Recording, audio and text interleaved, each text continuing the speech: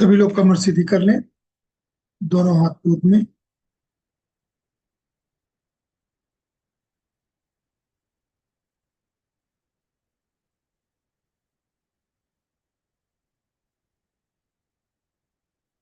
Power on. You plugged into Nirvana.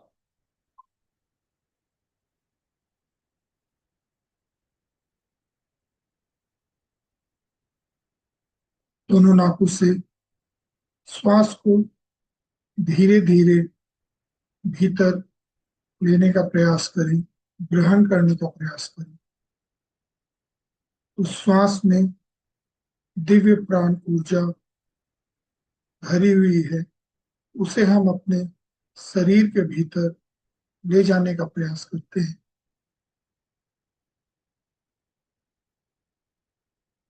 Ida और पिंगला से श्वास को भीतर ले जाने की भावना करें और उसे नाभि चक्र पर रुकने का प्रयास करें। कुछ देर वहां उसे व्यवस्थित रहने दें, फिर उसे ओमकार नाद के गुंजन के साथ बाहर आने दें।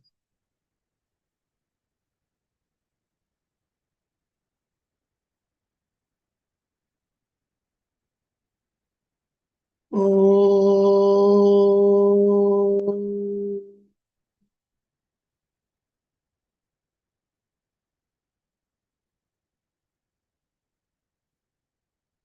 ब्रह्मानंदम परम सुखदम केवलम ज्ञान मूर्तिम द्वंद्वातीतं गगन सदृशम् तत्त्वमस्यादिलक्ष्यम् एकं नित्यं विमलमचलम् सर्वदि साक्षिभूतं भावातीतं त्रिगुणरहितं सद्गुरुं तं नमामि। ध्यानमूलं गुरुर्मूर्तिः पूजामूलं गुरुः पदम् मन्त्रमूलं गुरुवाक्यम् मोक्षमूलं गुरुः कृपा। नित्यं शुद्धं निराभासम् निराकारं निरञ्जनम् नित्यबोधं चिदानन्दं गुरुं तस्मै श्री गुरुवे नमः। तस्मै श्री गुरुवे नमः। अखण्डानन्दबोधाय शिष्य संतापहारिणे सच्चिदानंद रूपाय तस्मै श्री गुरुवे नमः। तस्मै श्री गुरुवे तस्मै श्री गुरुवे। ॐ आयातु वरदे देवी त्र्यक्षरे ब्रह्मवादिनी गायत्री छन्दसा मातो ब्रह्मयोने नमोस्तुते। ओम श्री गायत्रे नमः। आवाहयामि स्थापयामि ध्यायामि ततो नमस्कारं करोमि। ओम स्तुता मया वरदा वेद माता प्रचोदयन्तम् पावमानि द्विजानम् आयु प्राणं प्रजां पशुं कीर्तिं द्रविणं ब्रह्मवर्चसं मह्यं दत्त्वा व्रजत ब्रह्मलोकम्। ॐ भूर्भुवः स्वः तत्सवितुर्वरेण्यं भर्गो देवस्य धीमहि धियो यो नः प्रचोदयात्। अपने मन को शांति पुंज दिव्य चैतन्य क्षेत्र में ले जाने का प्रयास करें। मन ही मन प्रखर प्रज्ञा सजल श्रद्धा की एक परिक्रमा करें। प्रखर प्रज्ञा को प्रणाम करें, सजल श्रद्धा को प्रणाम। प्रखर प्रज्ञा के बाद हम सब अखंड अग्नि के पास चलते हैं। अखंड अग्नि निरंतर प्रज्वलित रहती है। हिमालय की वह अग्नि है जो आदिकाल से उपस्थित है। उस अग्नि को प्रणाम करें। सर्वप्रथम ऋषि सत्ताओं के दर्शन में ऋषि भागीरथ को प्रणाम करें। तत्पश्चात ऋषि वाल्मीकि को प्रणाम करें। महर्षि वाल्मीकि के पश्चात ऋषि अग्वल्लभ को प्रणाम करें। ब्रह्म ऋषि वशिष्ठ को प्रणाम करें। ऋषि चरक को प्रणाम करें। मानव मस्तिष्क में सद्बुद्धि को स्थापित करने वाले ऋषि परशुराम को प्रणाम करें।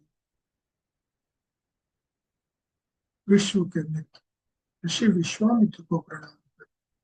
वेद माता, देव माता, विश्व माता माँ गायत्री को प्रणाम करें। भटका हुआ देवता मंदिर में स्थापित 5 दर्पण जो हमारे जीवन के 5 कोषों को दर्शाती हैं, 5 चरणों को दर्शाती हैं, उसे प्रणाम करें। शिवोहम सच्चिदानंदोहम अयम आत्मा ब्रह्म तत्मसि ये भाव को हमारे अंदर जगाने के लिए अपने आप को प्रणाम करें। तत्पश्चात आत्म ज्योति के रूप में, गुरु ज्योति के रूप में अखंड ज्योति विद्यमान है। 1926 में परम पूज्य गुरुदेव ने राष्ट्र कल्याण हेतु यह ज्योति जलाई थी। यही ज्योति हम सबकी गुरु ज्योति है, आत्म ज्योति है। इस ज्योति को प्रणाम करें।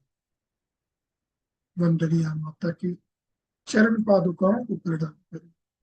परम पूज्य गुरुदेव के चरण पादुकाओं को, शक्ति कलश को प्रणाम करें। देव संस्कृति विश्वविद्यालय में स्थापित प्रज्ञेश्वर महादेव को प्रणाम करें। उनसे प्रार्थना करें। ओम वंदे देव उमापतिं सुगुरुं वंदे जगत कारणं वंदे पन्नगभूषणं मृगधरं वंदे पतिं वंदे सूर्य शशांक विहनयनं वंदे मुकुंदं प्रियं वंदे भक्तजनाशयं च वरदं वंदे शिवं शंकरम्। ओम त्र्यंबकं यजामहे सुगंधिं पुष्टिवर्धनम् उर्वारुकमिव बन्धना मृत्युर्मुक्षीयमामृता।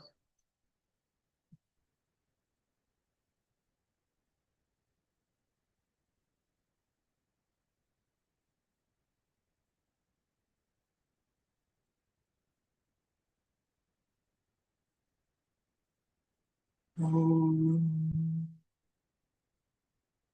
ओम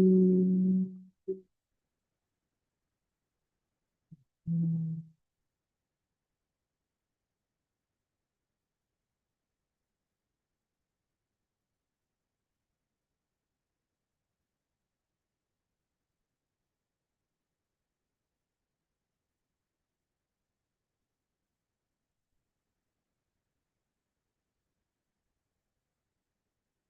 पिछली बार हम लोगों ने गायत्री की उच्च स्तरीय योग साधना में गायत्री की द्वादश योग की चर्चा की थी। आइए थोड़ा सा उसका हम लोग रिवीजन करते हैं, तत्पश्चात हम लोग आगे की ओर बढ़ते हैं।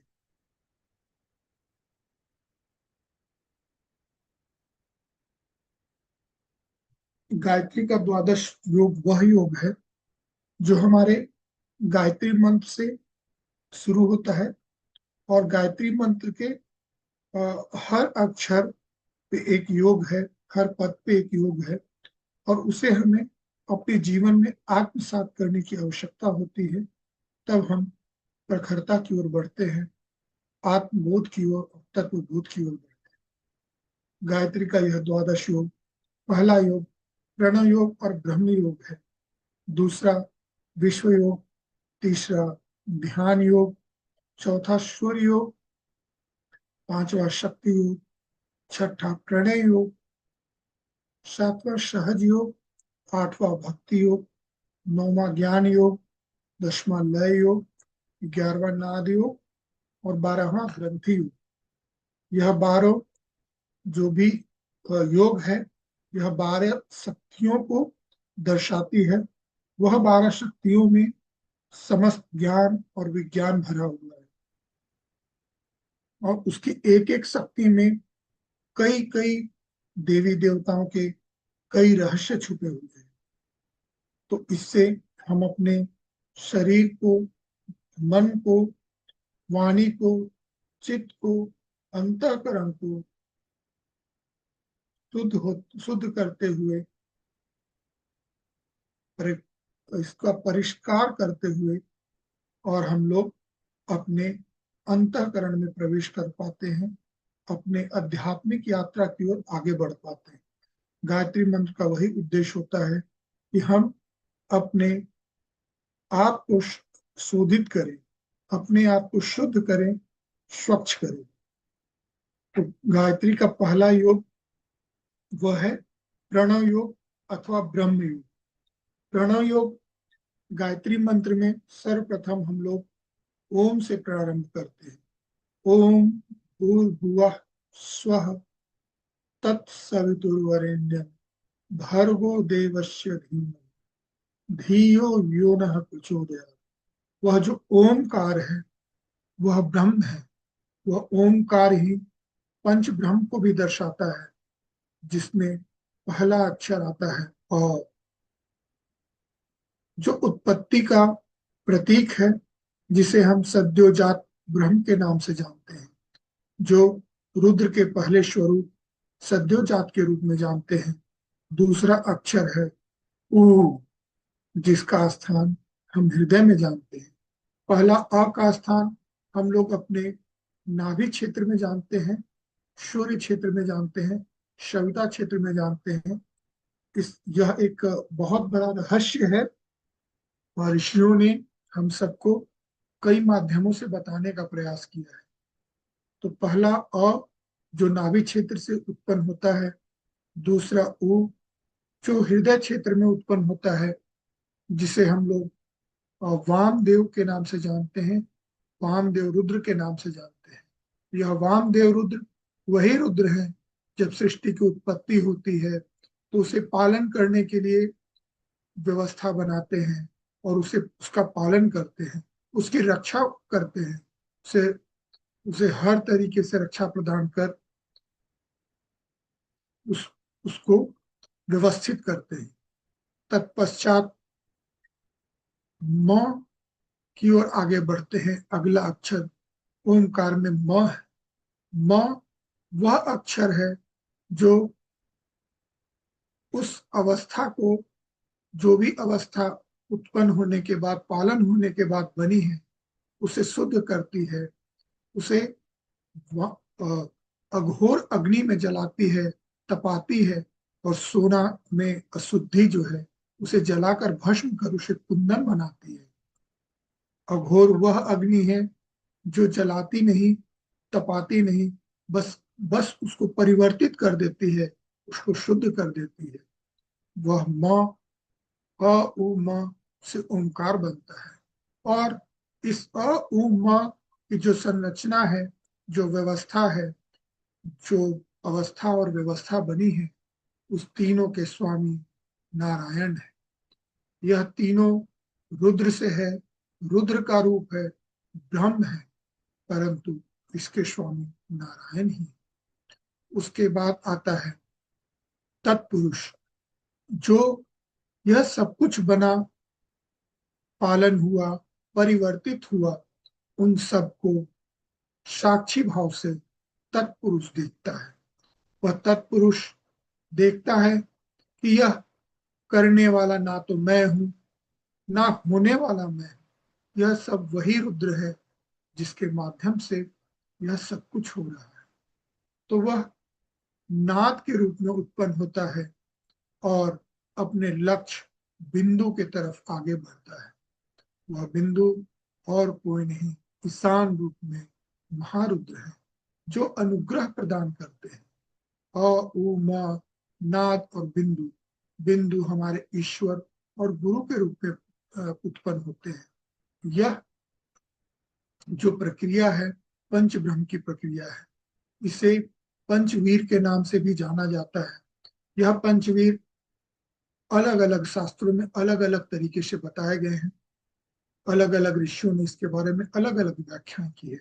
इसे शिव, विष्णु, दुर्गा, गणेश और सविता देवता के भी रूप में देखते हैं।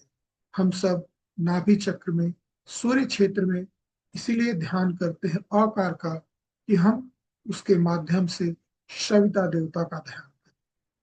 तो आइए इस प्रणव योग और ब्रह्म योग को जानने का प्रयास करते हैं। शास्त्र कहते हैं ओंकार एव लोकस्ति ब्रह्म संस्कृष्टा कारणम व्याप्तम येन जगत सर्व ज्ञान विज्ञान संकुलम ज्ञानम ज्ञानमाराधम चैव तस्यैव स्थिर चेतसा उभायम मुक्तिन्दम यदैव ब्रह्म योगस्त दुच्यते। संसार में सृष्टि का कारण ब्रह्म है, जैसा कि अभी हमने पंच ब्रह्म के बारे में बताया। ओंकार ही है जिस ओंकार ब्रह्म में ज्ञान और विज्ञान से युक्त समस्त संसार व्याप्त है। स्थिर चित्त से उसी ओंकार का ज्ञान और आराधना, जो दोनों मुक्ति और कर्म देने वाला है, ब्रह्म योग कहलाता है। ये ब्रह्म योग की परिभाषा थी, ब्रह्म योग की प्रक्रिया थी। और इस प्रणव योग और अथवा ब्रह्म योग में ब्रह्म के ध्वनि के साथ अपना संबंध स्थापित कर किया जाता है।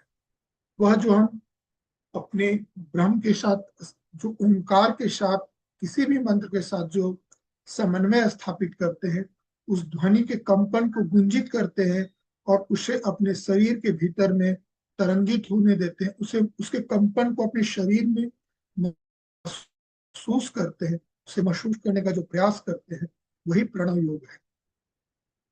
ऐसा इस सृष्टि के नाद में, सृष्टि में भी चलते रहता है। जैसे सद्योजात का जब उत्पत्ति होता है, ब्रह्मा जी जब ये कामना करते हैं सृष्टि की रचना की, सद्योजात ब्रह्म उत्पन्न होते हैं। सद्योजात ब्रह्म को उत्पन्न करने वाले नारायण और रुद्र ही हैं। नारायण और रुद्र दोनों में भेद नहीं है, ब्रह्मा जी में भी कोई भेद नहीं है। जब सृष्टि की उत्पत्ति होती है, जब ब्रह्म उत्पन्न होते हैं, एक को हम बहुश्यामी का भाव उत्पन्न होता है, तब सृष्टि में विस्फोट होता है। वह विस्फोट उस घड़ियाल की तरह है, उस घंटे की तरह है, जिसे हम एक बार टंकार देते हैं, एक बार बजाते हैं, तो उसमें लगातार कंपन होती रहती है, उससे तरंगे निकलती रहती है, उसकी मधुर ध्वनि सुनाई देती रहती है। वही आघात सृष्टि में भी होता है और उसकी प्रतिध्वनि जो उत्पन्न होती है, उसे हम लोग मानवीय भाषा में ओंकार शब्द से पहचानते हैं। प्रणव योग अथवा ब्रह्म योग वही योग है जो उस ध्वनि को हम समझने का प्रयास करते हैं, अपने भीतर चिंतन और मनन में लाते हैं। वह हमारे परमाणुओं को कंपन में लाती है। और परम पूज्य गुरुदेव कहते हैं परमाणुओं में जो कंपन है, गतिशीलता है, उसका कारण भी ब्रह्म ध्वनि है। यह इस तरह ओंकार समस्त सृष्टि का संचालन है। इस ब्रह्म ध्वनि के साथ अपना संबंध स्थापित करना ही ब्रह्म योग या प्रणव योग है। इसके कंपन को जब हम महसूस करते हैं, तब हमें अलग अनुभूति होती है। हम लोग गायत्री मंत्र जो बोलते हैं, ओम भूर्भुवः स्वः तत्सवितुर्वरेण्यं भर्गो देवस्य धीमहि धियो यो नः प्रचोदयात्। गायत्री में सर्वप्रथम प्रणव का उच्चारण किया जाता है। यह प्रणव योग और प्रणव योग का उच्चारण करते हैं और इसे हम लोग कई दृष्टि से देखते हैं। एक होते हैं जो इसे ब्रह्म के रूप में देखते हैं, इसे अपने भीतर तरंगित होते देखते हैं, उसके तरंगों के, उसके कंपन को महसूस करने का प्रयास करते हैं। और दूसरा, उसे सुनने का प्रयास करते हैं, उसमें अ उ म और ह्रीं श्रीं क्लीं को ढूंढने का प्रयास करते हैं।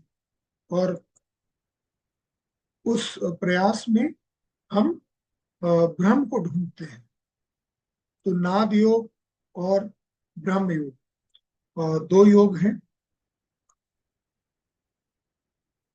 प्रणव योग या ब्रह्म योग को दो योग हैं जिसके माध्यम से हम ब्रह्म को जान सकते हैं, प्रणव योग अथवा ब्रह्म योग कर सकते हैं। नाद योग में हम लोग अन्य ध्वनि को सुनते हैं, जैसे नाद योग का हमारा जो म्यूजिक है वो है, या कोई भी ध्वनि को सुनते हैं और उसमें हम लोग ब्रह्म तक पहुंचने की प्रयास करते हैं।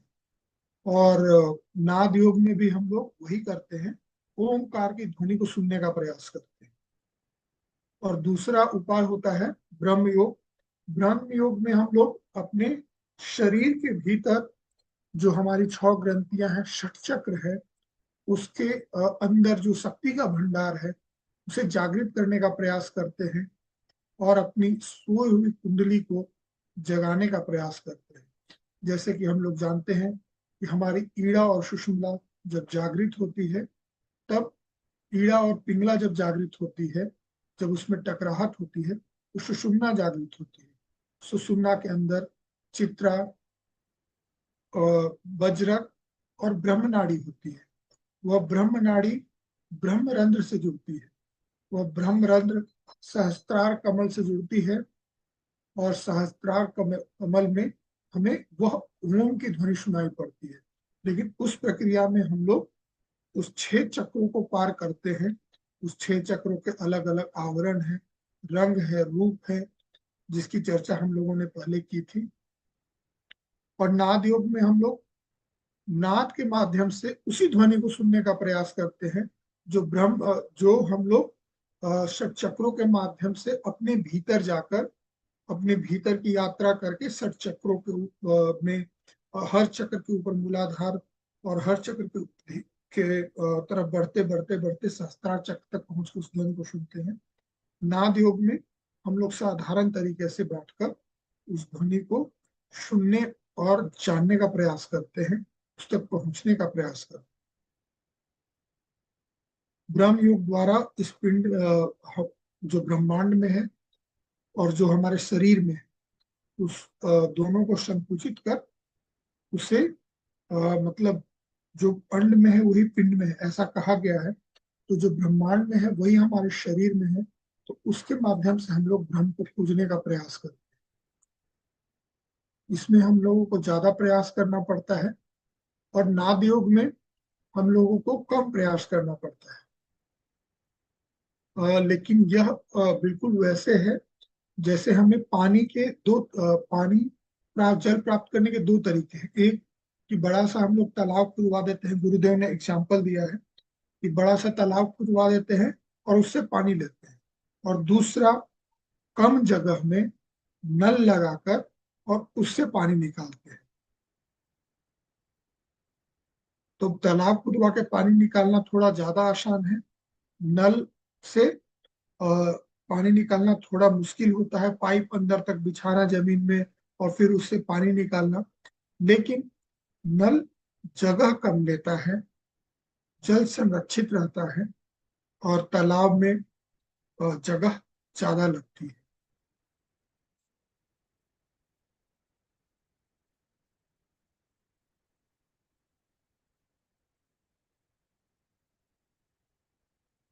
और तालाब में आप अनुभव कर सकते हैं कि उसमें थोड़ी सी ऐसा भी है कि वह दूषित भी हो सकता है। नल का पानी दूषित होना थोड़ा कम होता है, मतलब वो थोड़ा सुरक्षित है। तो कुंडलिनी जागरण नल बिछाना जैसा है और नाद योग तालाब खोदना जैसा है। अपनी अपनी सुविधा के अनुसार दोनों ही योग उत्तम है और दोनों ही किया जा सकता है। ब्रह्म योग का ही दूसरा नाम कुंडलिनी योग है। इसे प्रणव योग भी कहा जाता है। नाद योग को भी प्रणव योग कहा जाता है। तब जब हम ओंकार की ध्वनि तक पहुंचते हैं, तब जब तक हम लोग नहीं पहुंचते हैं तब तक वह नाद योग रहता है। सिर्फ उसमें हम नाद को सुनते हैं।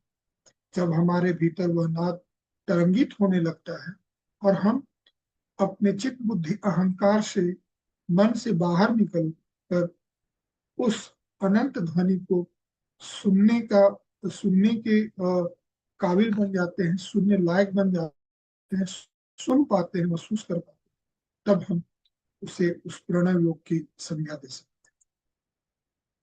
और कुंडलिनी जागरण के बारे में, कुंडलिनी की जो शक्ति है उसके बारे में बताया गया है। प्रकाश 1,25,000 मील प्रति सेकंड से चलता है, लेकिन जब कुंडलिनी जागरण होती है तो उसकी गति 3,45,000 प्रति मिल सेकंड है। तो कुंडलिनी जागरण जो है वह ज्यादा फास्ट है। और कुंडलिनी जागरण की जो प्रक्रिया है, 6 चक्रों से जो अ, अ, श्वास की गति को और तरंगित ध्वनि को जो ऊपर की ओर लाया जाता है, 6 चक्रों का जो गुंधन किया जाता है, एक माला में पिरोया जाता है, तो यह हमारे रीढ़ की हड्डी में होती है। और रीढ़ की हड्डी में 6 मर्म स्थान होते हैं, और उस सारे मर्म स्थानों में शक्ति बीज होते हैं, जिसे हम लोग देव बीज भी कह सकते हैं। और उसमें अनंत शक्तियां विद्यमान रहती हैं, और उन शक्तियों को जागृत करना ही और पिरोना ही कुंडली जागरण कहा जाता है।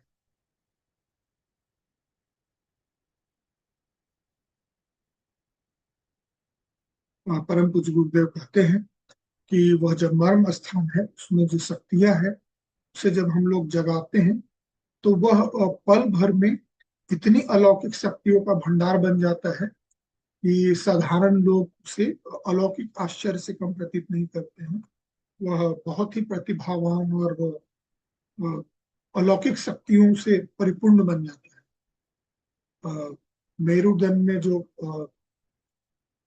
33 देवी देवताओं का निवास है, जो हमारे 6 चक्र हैं, वो हमारे मेरुदंड में है। और उसी 6 चक्रों में हमारे मेरुदंड में जो 6 चक्र है, मर्म स्थान है। 6 मर्म स्थान में 33, हमारा स्पाइनल कॉर्ड में 33 हड्डियां रहती है, अस्थिकड़, जो सूक्ष्म और स्थूल संरचना का मेल है। तो उसमें 33 कोटि देवी देवताओं का प्रतिनिधित्व बताया जाता है। उसमें बताया जाता है कि 8 वसुध हैं, 12 आदित्य हैं, 11 रुद्र और इंद्र और प्रजापति का स्थान होता है। और इन्हीं सारे देवी देवताओं का बीज उस 6 चक्रों में उपस्थित रहता है, जो हमारे आध्यात्मिक विकास को बढ़ाती है।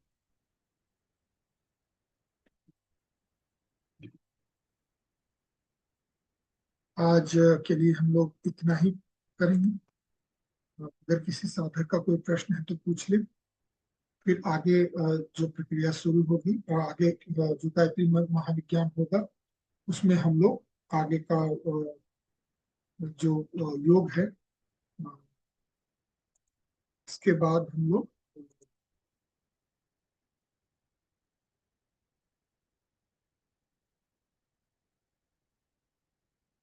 विश्व योग, ध्यान योग, सूर्य योग की चर्चा करेंगे अगले वाले गायत्री महाविज्ञान में। तो अभी किसी साधक का अगर कोई प्रश्न है तो पूछ सकते हैं, नहीं तो हम लोग फिर आज के महामृत्युंजय जाप की ओर आगे बढ़ेंगे।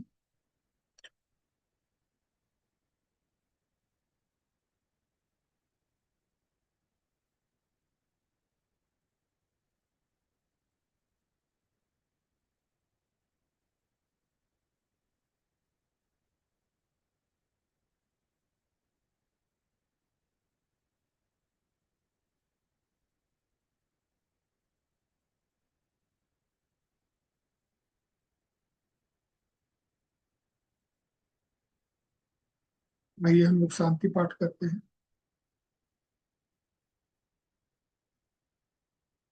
सभी लोग कमर सीधी कर लें, दोनों हाथ गोद में रखें। ओमकार का ध्यान करें। ओमकार से ही इस सृष्टि की उत्पत्ति होती है और ओमकार में ही यह सृष्टि लय हो जाती है। शांति पाठ से पहले एक छोटी सी कथा सुनाना चाहते हैं। आखिर किसी ने तो यह देखा होगा कि यह सृष्टि ओमकार से उत्पन्न होती है, ओमकार से लय होती है।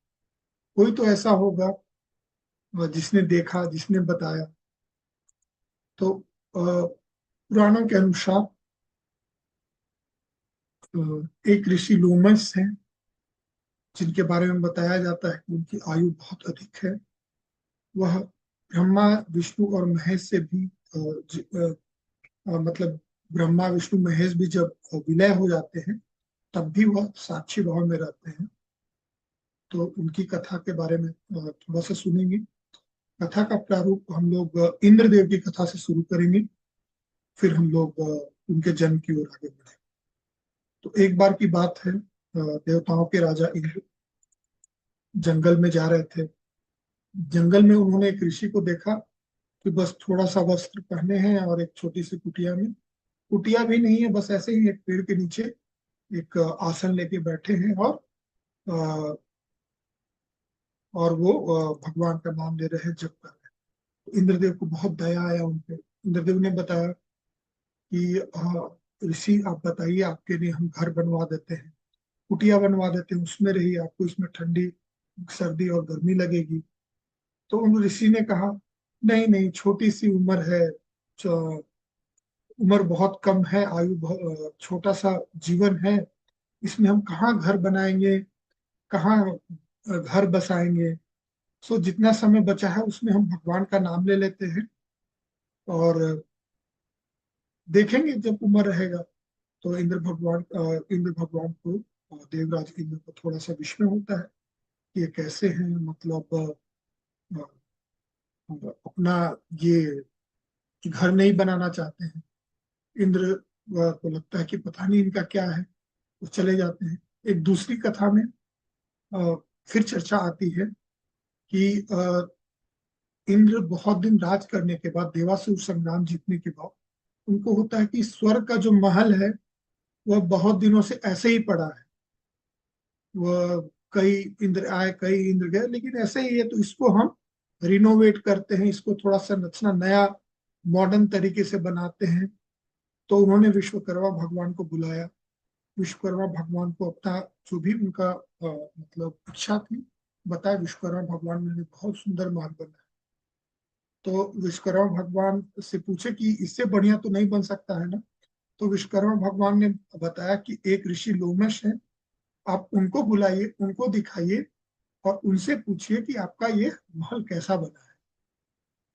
इंद्र भगवान फिर इंद्रदेव उस जंगल में गए और ऋषि को बुला के लेके आए। ऋषि आए, ऋषि ने घर देखा, बोला हाँ ये ठीक है, अच्छा, हाँ सही है। ऐसे ही मतलब बोले तो इंद्र को बहुत हुआ, कह रहे भाई इतना अच्छा हम बनवाए, इतना मेहनत करके, फिर भी यह बता रहे हैं कि हाँ बस अच्छा है। तो फिर इंद्र भगवान का दृष्टि उनके शरीर में, उनके हृदय के पास गया। तो हृदय के पास एक सिक्के के बराबर बाल नहीं था। तो इंद्रदेव ने पूछा कि भगवान, आपके शरीर में पूरे रोम ही रोम है, बट एक ऐसा स्थान है जहाँ पे बाल नहीं है, सिक्के के बराबर बाल उड़ा हुआ है। तब उन्होंने बताया कि जब कई कल्पों के बाद ब्रह्मा का लय होता है तब हमारे शरीर से एक बाल झड़ जाता है। तब इंद्रदेव ने पूछा कि आपकी आयु कितनी है।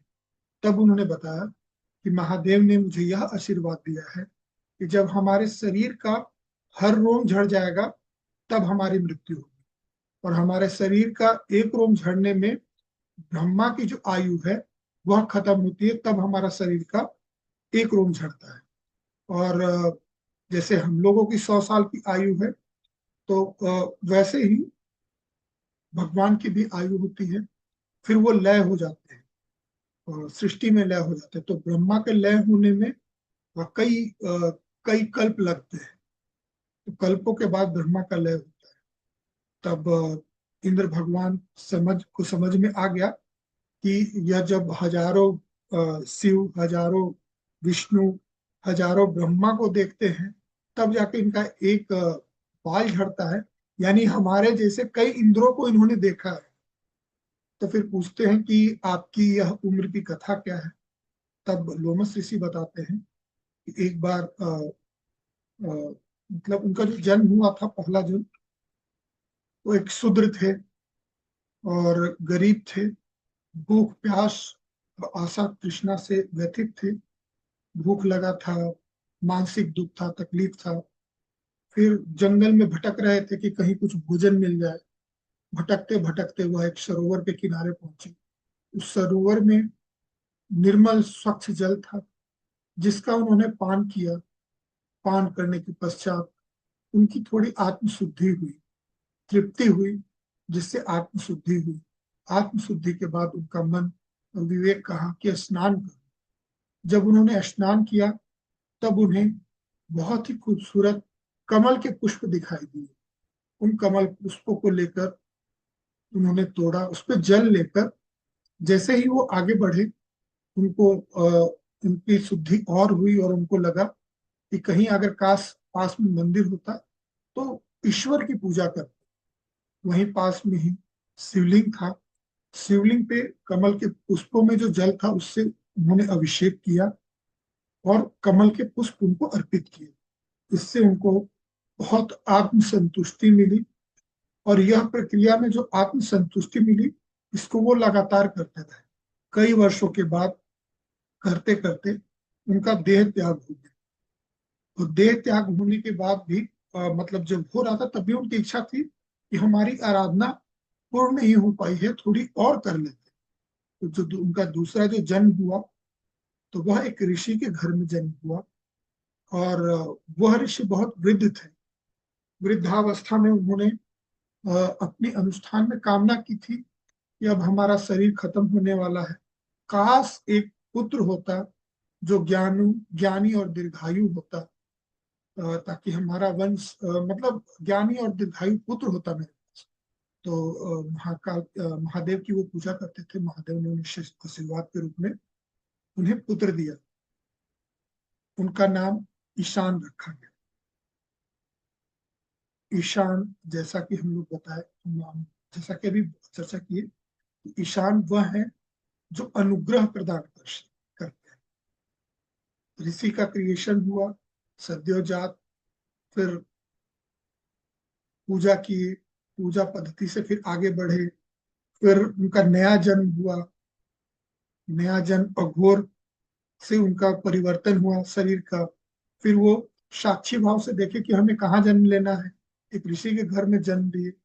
तब उनपे कृपा दृष्टि ईशान के रूप में दर्शी, तो उनका नाम ईशान रखा गया। उन्हें पूर्व जन्म का सारा कुछ याद हो गया कि पूर्व जन्म में हमने शिव की आराधना की थी, कैसे थे, क्या थे।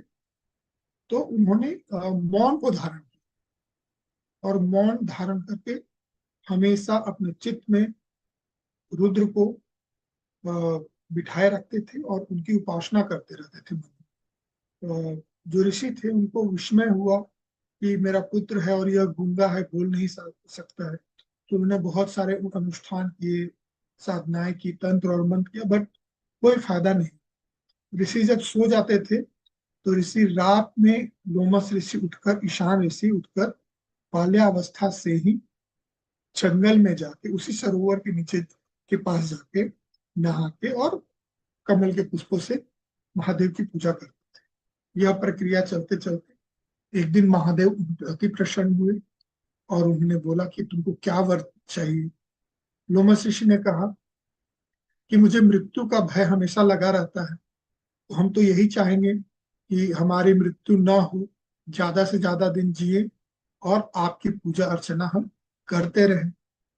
भगवान उनके मतलब भाव से बहुत प्रसन्न थे। उन्होंने कहा तथास्तु, ऐसा ही होगा। फिर लोमस ऋषि ने कहा कि भगवान, हमारी दीर्घायु तो आपने दे दी, लेकिन हमारी मुक्ति कैसे हुई। तो महादेव कहते हैं कि आपके शरीर में जितने बाल हैं वह जब झड़ जाएंगे तब आपकी मृत्यु होगी। तो लोमस ऋषि ने पूछा कि मेरे बाल कब झड़ेंगे। तब उन्होंने बताया कि सृष्टि के अंत में जब ब्रह्मा लय होते हैं तब आपका एक रोम झड़ेगा। तो ब्रह्मा लय होने के पहले विष्णु भगवान निद्रावस्था में कई बार जाते हैं, फिर उनकी आयु पूरी होती है, जैसे हमारी 100 वर्ष पूरी होती है तो वैसे विष्णु भगवान की भी 100 वर्ष। तो विष्णु भगवान की 100 वर्ष हमारे 100 वर्ष से कई गुना अधिक है, तो वो पूरा होता है। फिर रुद्र की पूरी उसी वैसे ही जैसे हमारी और विष्णु भगवान की है, वैसे विष्णु भगवान और रुद्र की आयु है। तो जब रुद्र की पूरी होती है फिर ब्रह्मा की पूरी होती है।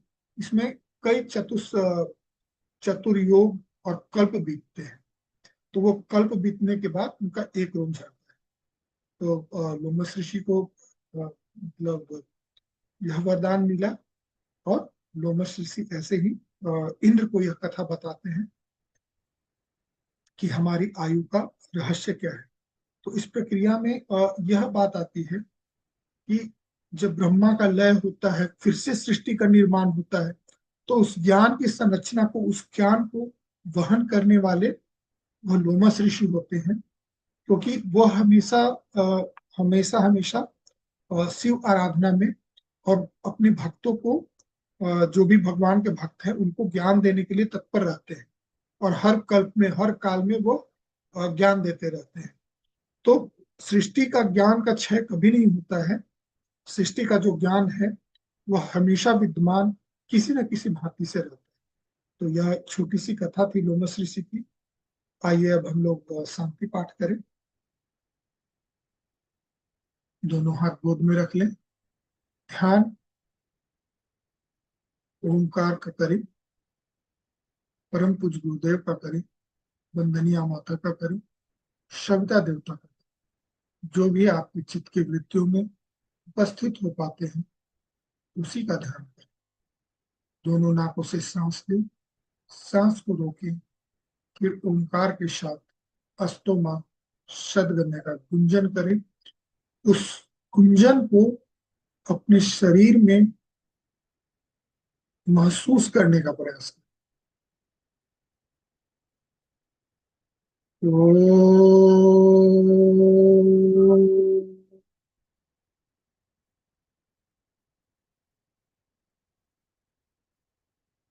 अस्तोमा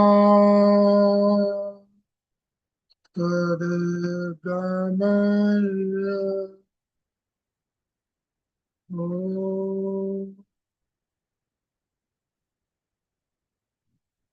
तमसो मा ज्योतिर्गमय